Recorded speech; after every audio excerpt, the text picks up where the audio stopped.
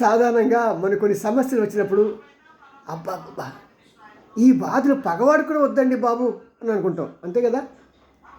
హాస్పిటల్కి వెళ్ళానుకోండి, అయ్యో ఈ బాధ ఎవరికి వద్దండి బాబు ఎవా అని అంటుంటారు. అలాగే ఈ రోజున పాకిస్తాన్ గతి అలాగే అయింది.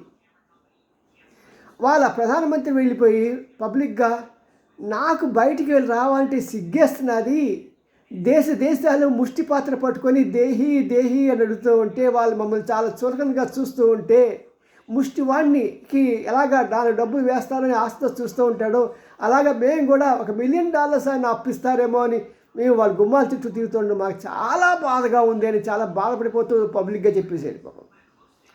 కానీ నిజంగా కొంతమంది వాళ్ళకి పక్కన ఉన్న సైన్యం ఈ నెత్తి మీద ఈ గన్ను పెట్టి అలా ఆడిస్తున్నారు కాబట్టి, లేకుంటే పాపం మంచి వాళ్ళేమో అనిపిస్తుంది. మరి నిన్న పార్లమెంట్లో కూడా అక్కడ రక్షణ శాఖ మంత్రి అంటాడు కదా, మమ్మల్ని అంటే పాకిస్తాన్ని అమెరికా ఒక టాయిలెట్ టిష్యూ పేపర్గా వాడుకుంది. మీకు తెలుసు కదా సార్, ఆ కాగితం మనమైతే వాటర్ వాడుకుంటాం ఇండియాలో, ఆంధ్రప్రదేశ్లో మరీ ముఖ్యంగా. కానీ కొద్దిగా పాలిష్గా ఉండే వాళ్ళు ఏం చేస్తారంటే వాష్రూమ్కి వెళ్ళినప్పుడు, టాయిలెట్కి వెళ్ళినప్పుడు వాటర్ వాడకుండా కాగితాలు ఉంటాయన్నమాట, అది తీసేసి ఇక్కడ వేసుకొని అది పడేస్తారు చెత్తలో.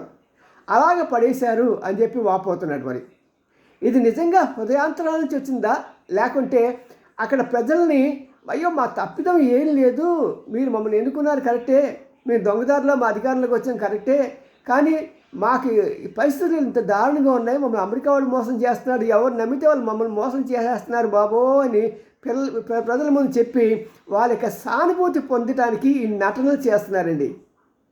ఎలాగైనా సరే మరి మనకి ట్రంప్ అయితే నాకు నోబెల్ పీస్ అవార్డు కావాలంటారు, కానీ వీళ్ళందరికీ మాత్రం మంచి ఈ యాక్టింగ్ స్కూల్లో యాక్టర్స్ కన్నా ఎక్కువ యాక్ట్ చేసే వీళ్ళందరికీ మంచి బహుమతులు ఇవ్వాలండి కదా.